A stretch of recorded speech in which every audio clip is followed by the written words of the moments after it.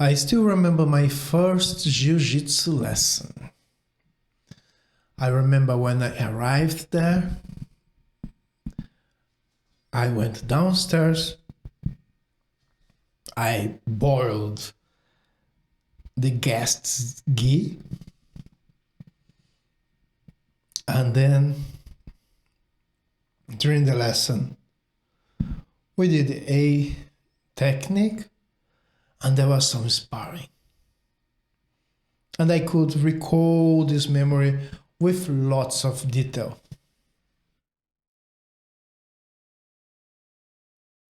I would like to talk about remembering things. And this is the third talk that I record. Is three parts, so it's the last one. The first was about knowing things, different type of knowing.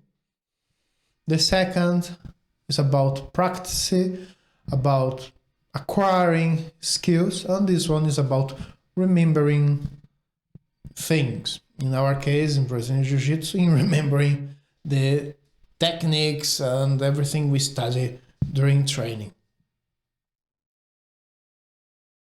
Sometimes we go to lesson,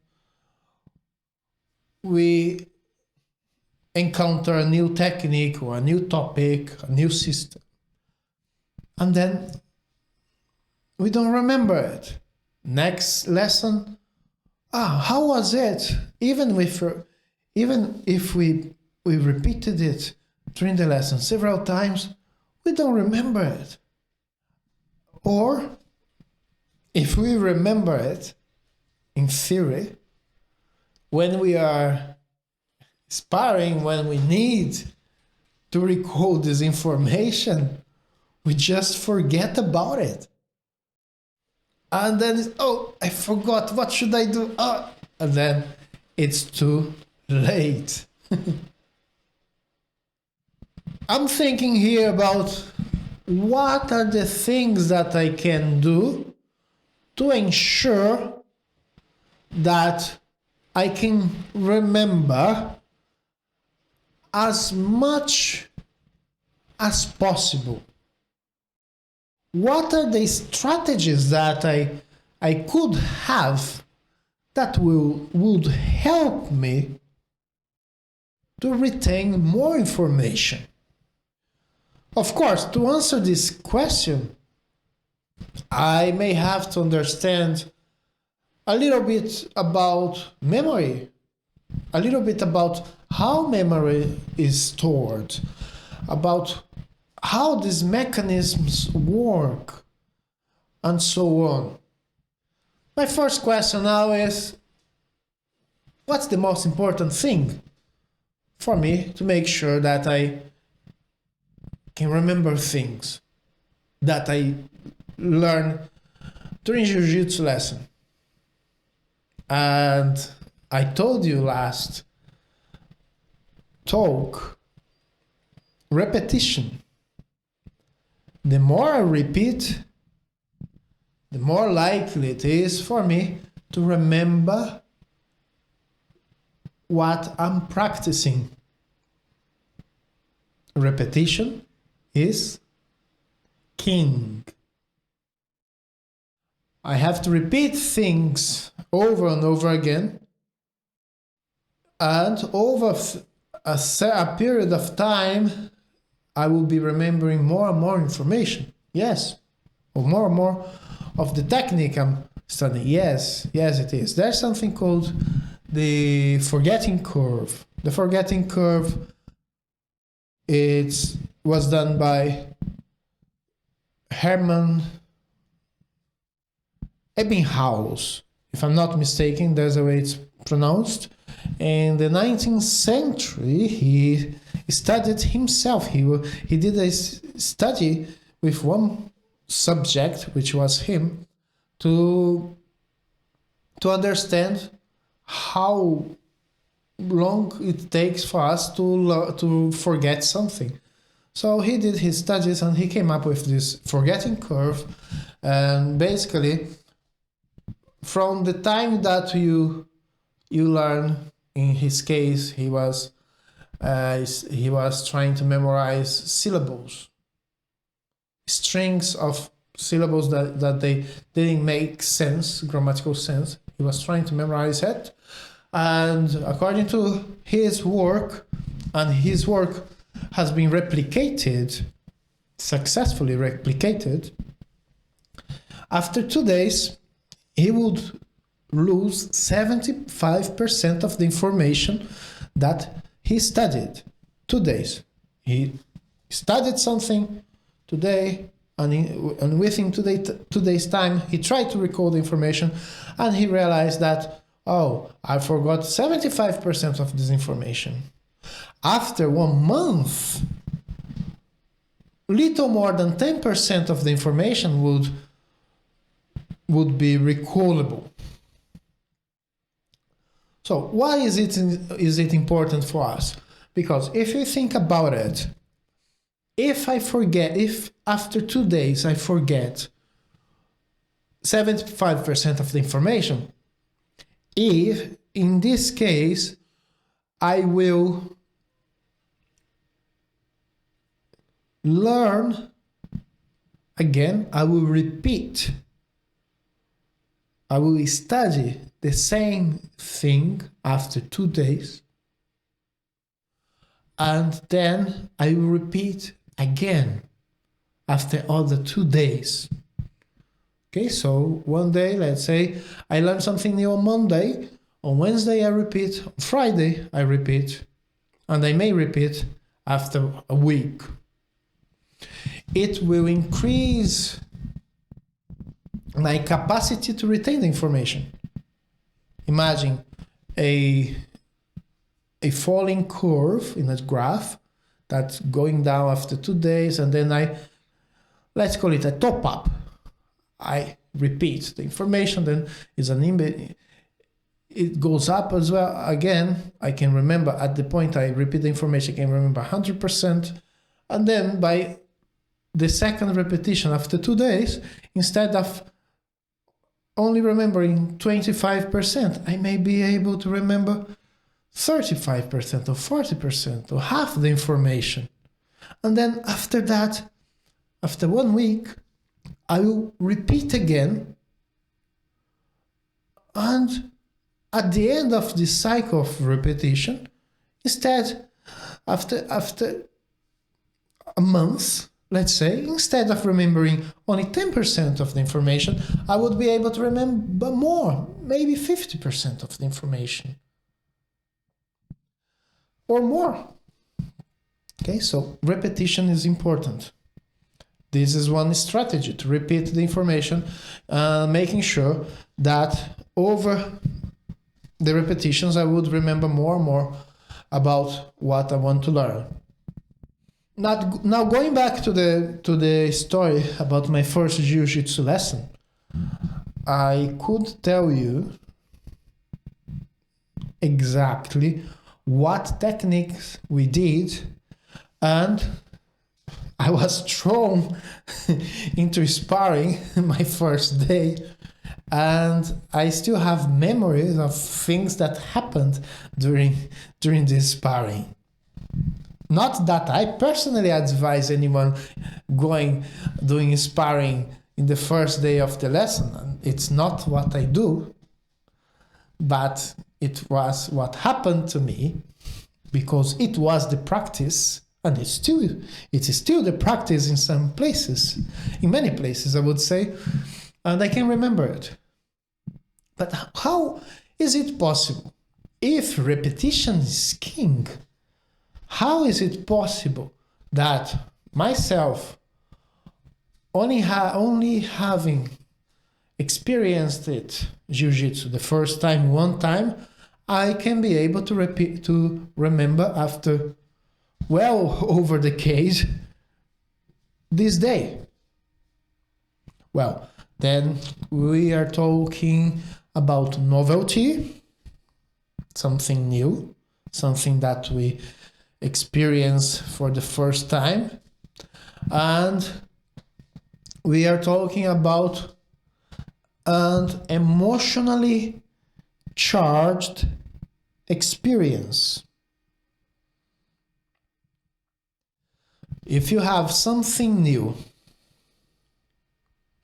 it is more likely that you will remember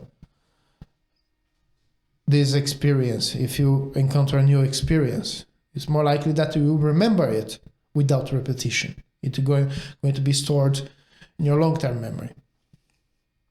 And also, if this experience is positively or negatively emotionally charged, if it's an emotional experience, it makes it more likely for you to remember it, and sometimes remember it forever. Imagine the day of your first kiss, when you kiss someone the first time. It's very likely that you remember the day. It's very likely that you remember the experience, and even after decades, you will even remember the person. It's something new that happened to you, and it is emotionally charged. It could be positively or negatively emotionally charged. Then it will depend of your each one's personal experiences, but it's very likely that you remember. And why emotion is important for us to store memory in the long term?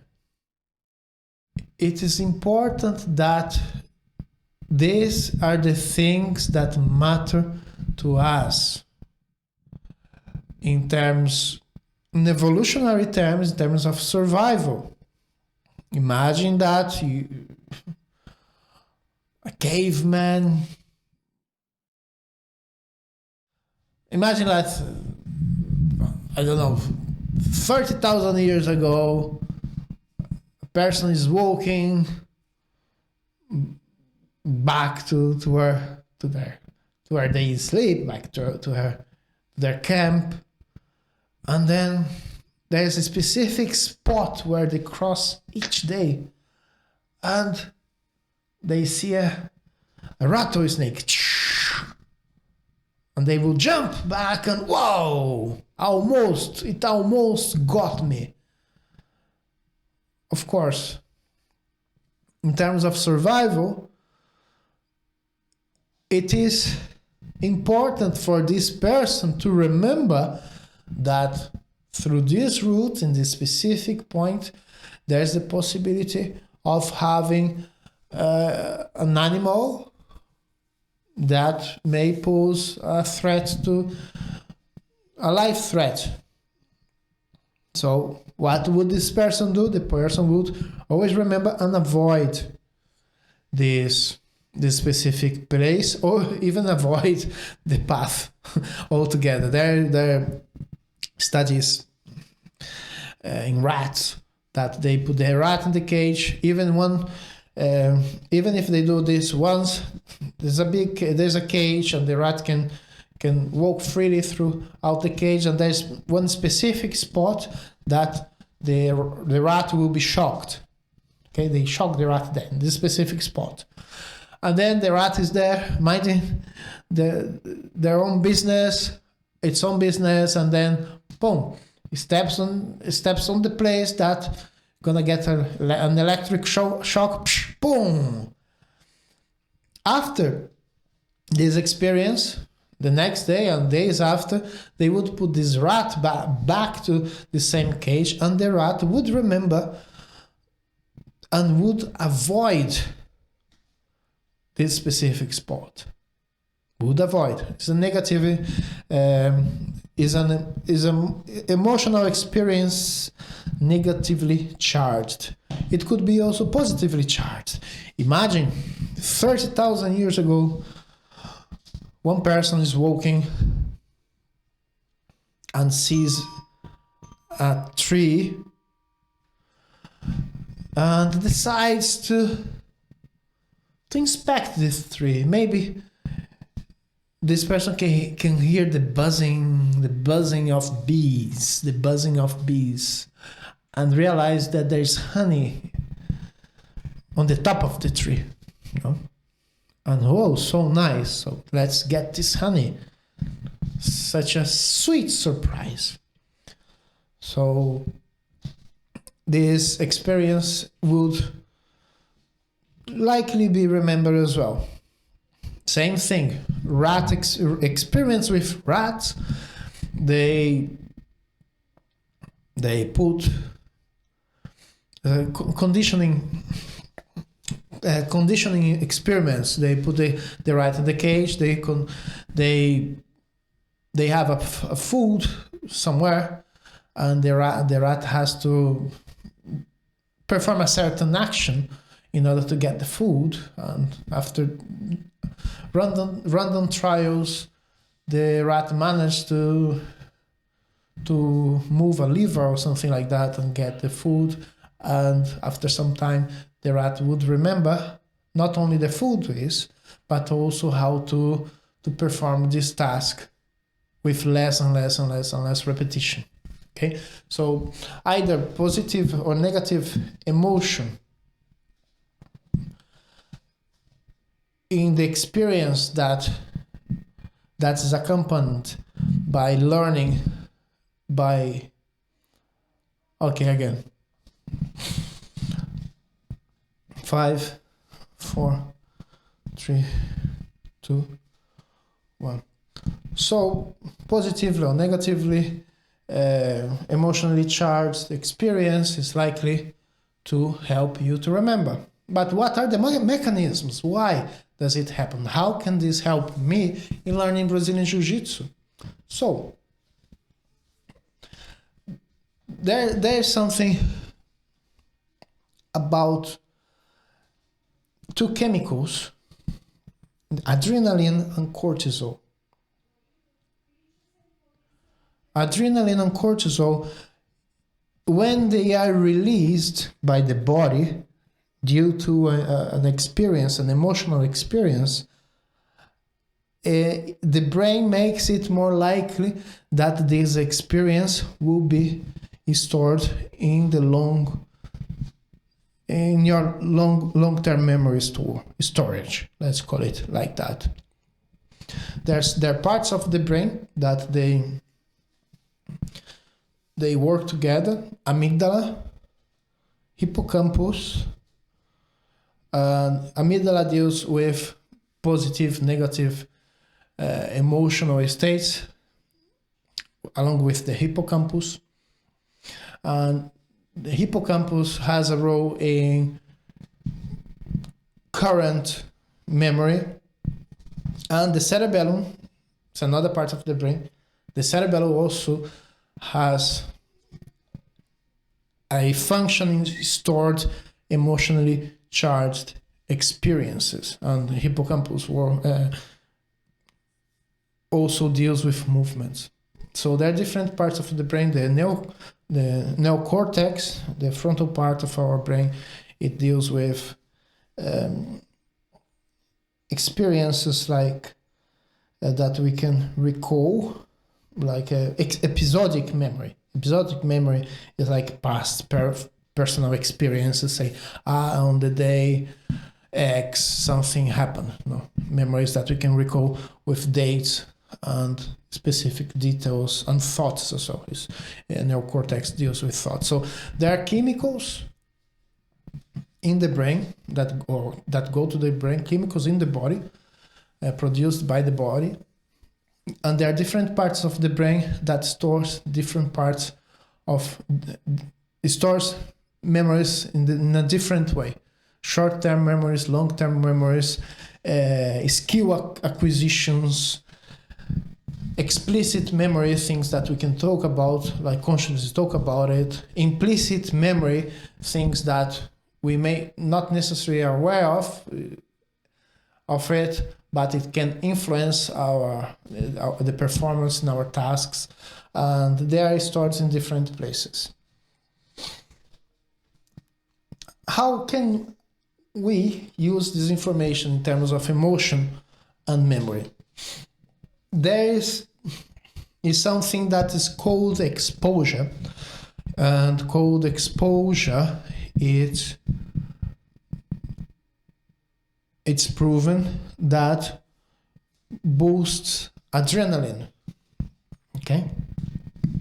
After, in our jiu-jitsu lesson, after learning something new, if we have exposure, if you are exposed to cold water, if you have a shower, take a shower, and gives you a little bit or a lot of cold water at the end of the shower, it may help us to remember the information that we have just learned.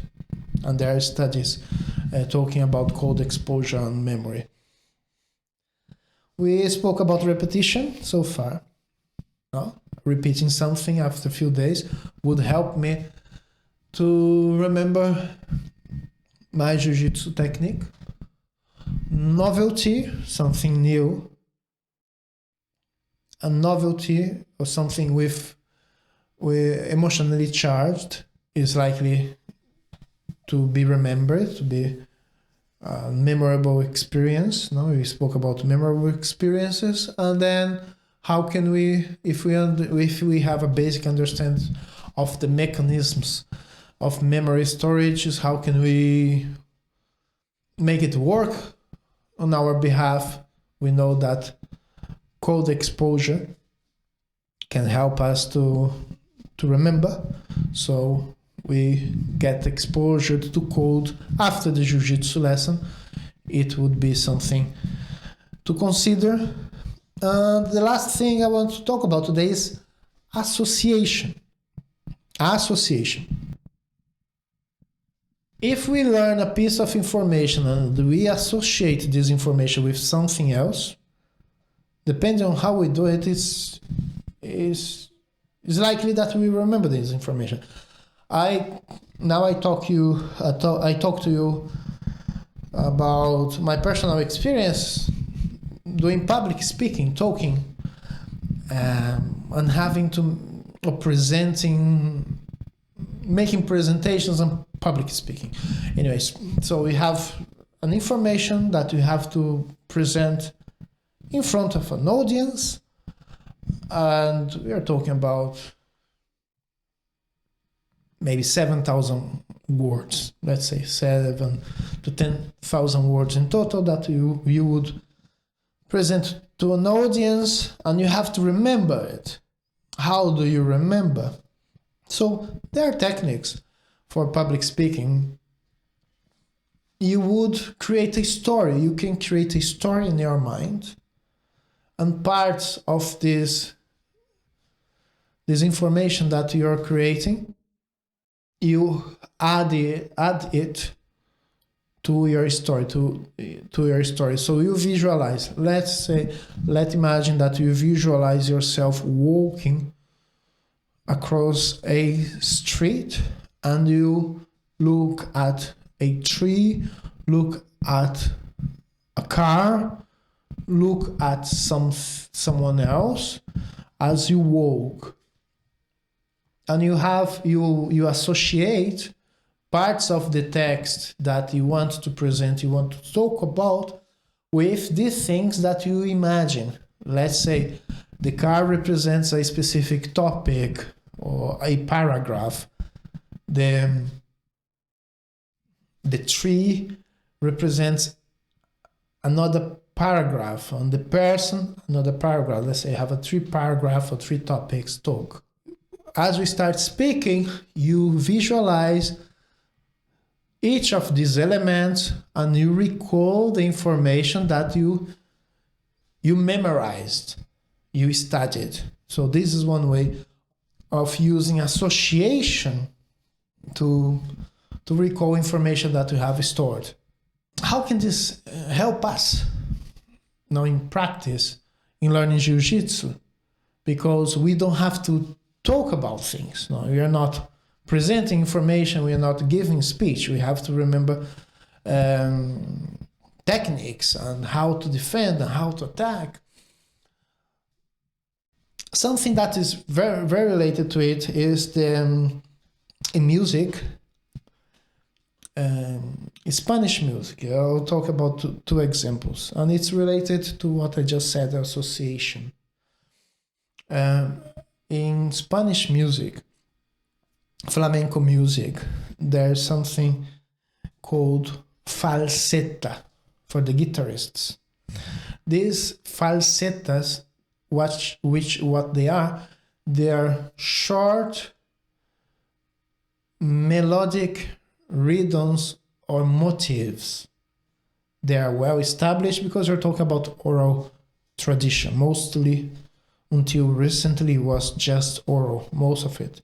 Oral tradition, so it would be taught from person to person. So there are some common phrases, let's call it musical phrases in the guitar, and you would learn these musical phrases individually.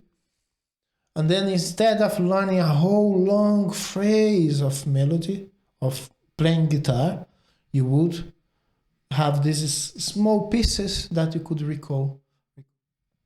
It's something similar to experiments researchers did in learning strings of numbers. Okay? They would give people 10, 12, 20, 30 strings with numbers, composed of numbers, and would tell people to remember it. And there are cases that people would be able to remember up to 80 to 100 numbers. But what they would do, it would be to break it down in small pieces, 3 to 5 numbers, then you have a block, then you have blocks of 7 numbers, or 5, 3, and then putting together, and then you can use association. You can create a story in your mind, for instance, and you can recall these numbers. In Indian classical music, there's something similar with percussion, Indian percussion, which is the rhythm, Indian rhythm in the south. It's called konakol. It's a way of playing percussion that people memorize rhythms. It's very similar to Spanish falsetas. Going back to Jiu-Jitsu, how can we learn? How can you use this in order to learn? Well, think about closed guard, which is an example that I like to talk.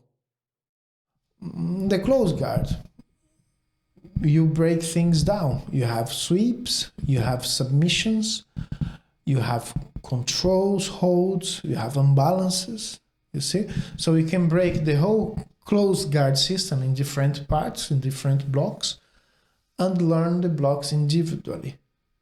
You can even create associations in your mind if something happened, because we're talking about action and reaction. It isn't static, something happens. You can recall some imagery, you can recall something that would trigger a response for an armbar, for instance. Of course, in order to respond for a number, you have also to practice, and I cover something in my last talk on practice. No, there's ways of practicing, and then to ensure that we can respond appropriately, depending on the situation we are at. And just to finish now, we are going to review what we spoke about. We spoke about remembering. How can I memorize better my jiu-jitsu techniques? I can repeat. Probably my first lesson I will remember is novelty, repetition, novelty. But of course, there's things that are emotionally charged. If there's emotionally charged, if the information is or the experience is emotionally charged, I am more likely to remember. So how can I use emotion to remember the technique? There's code exposure after the training can enhance my capacity to remember what I just learned, and association as well. Yeah, I can create systems of association that will help me to remember complex systems. I have with my students, we have protocols. I share with them strategies and protocols on on learning and remembering, and anyone interested, they do these protocols. It includes what I just said here, but there are other things as well. And this is the end of the 3-part talks. The first was about knowing, different type of knowing. The second about practice, skill acquisition, and the third now is about memory, remembering. I hope you have enjoyed. Goodbye.